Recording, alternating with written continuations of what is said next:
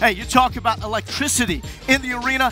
You heard it, felt it right now. From Toronto, Ontario, number 12, Mike Kabongo. Kabongo started with DeMarcus Holland in the backcourt, but Drew, what clicked when it was Felix and Kabongo there? I think Felix played well off Kabongo. You know, he put a little more pressure on Mike Kabongo to create for Javon Felix, and you saw him really come out in the first half and do well. And we see the tempo. It is pushed.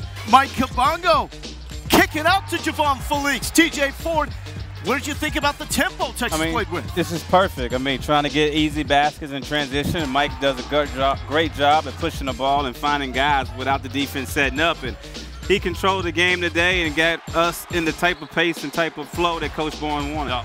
Hey, it was a lot of three-pointers.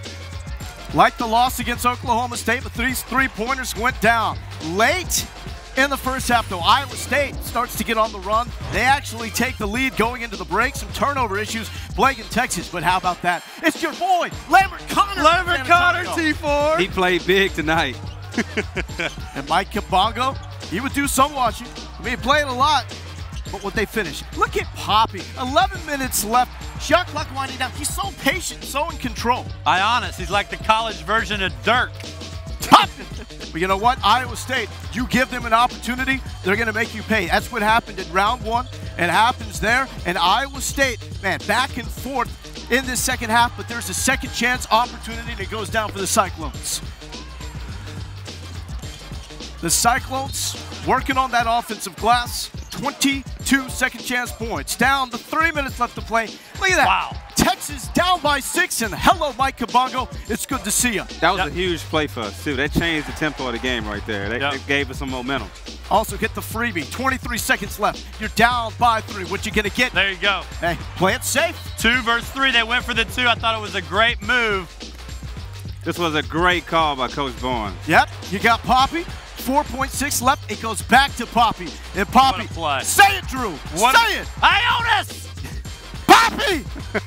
Hitting the 3 ball. The wizard with the pin. You got to give Coach Barnes a lot of credit on that one right there. A great late game execution here, TJ. Perfect. Those guys executed the play. They paid attention in timeout and gave themselves another chance to win the ball game. In OT, goodbye, Mike Kabongo. No. They call the charge, and that is number 5.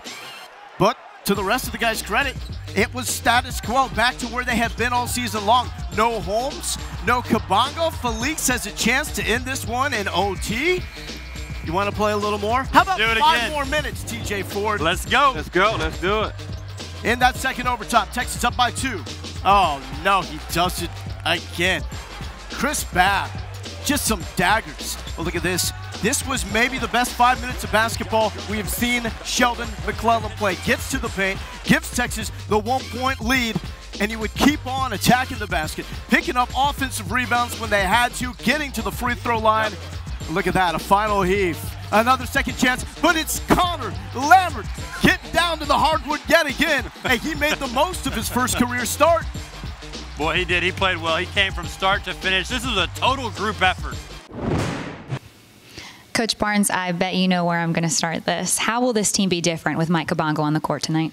Well, I think that's what we want to see as a coaching staff, because we are different in practice when he's running things with, with the team that he's running with that day. And but we obviously want to see us do what we've done in practice and getting Jonathan Holmes back. And it'll be harder for Jonathan because he really hasn't practiced very much since his injury. And I would say he's probably practiced less than 30 minutes, but he's worked hard to keep himself in shape. But I think as coaches, we're all excited and to see if we do get the carryover that we've seen in practice.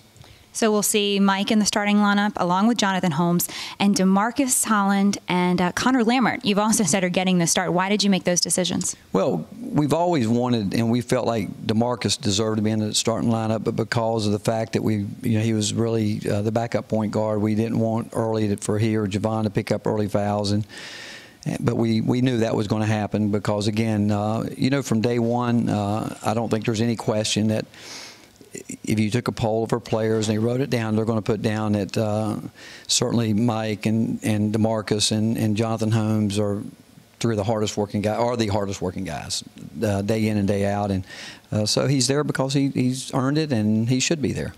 How about this Iowa State team? These guys lead the Big 12 in scoring, and they can score from every position. How do you defend them?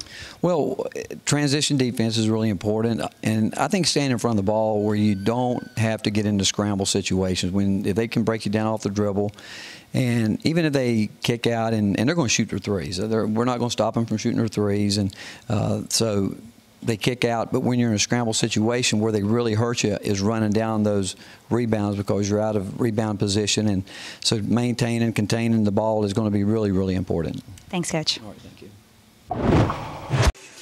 Great drama in Austin tonight. A game that went double overtime and right down to the final second. And the ball in the hands of the right guy. Tyrus McGee led all scorers with 21. Had a clean look at the basket. Just couldn't knock it down. Connor Lambert with maybe the best game of his young career for the Texas Longhorns. So you look at this game and a big win for the Texas Longhorns, playing for the first time this year with Mike Kabongo. And Texas got contributions from a lot of different players at different times tonight. Mike Kabongo started out, was very good. Javon Fleeks came in, teamed with him, was very good. We saw Jonathan Holmes get some big rebounds. Julian Lewis does nothing. Then all of a sudden in overtime starts knocking down everything he shots. And then Sheldon McClellan finished the game. He had 7 or 8 points, and then suddenly we got close to the end of regulation overtime. He ended up maybe being the best player offensively for the Longhorns. So that's the story for Texas. Yep. But for Iowa State, you go into that Cyclone locker room and disappointing again. They are just snake bit here in Austin in particular. They're just 1-10. And now in the Big 12 race, they're going to fall a couple of games behind. If you want to stay with that upper echelon in the Big 12, if you want to stay in the top 6, you got to win games on the road. That's why this game was so important. And it was a winnable game. Iowa State played good. They played hard. Ran into a little bit of an emotional hornet's nest with Mike Kabongo coming back and Jonathan Holmes coming back. But, boy, this is one that was right there for the taking for the Cyclones. You know, they've lost so many of these close games, and Papa Petru hits that big shot at the end of regulation to send it in overtime, reminiscent for Iowa State fans of the game at Kansas. Yeah, you know, they're at least sitting around going, well, at least he didn't bank it in. Yeah. So Texas wins an overtime game for the first time this year as the Longhorns win it in double overtime. Our final score, Texas 89, Iowa State 86.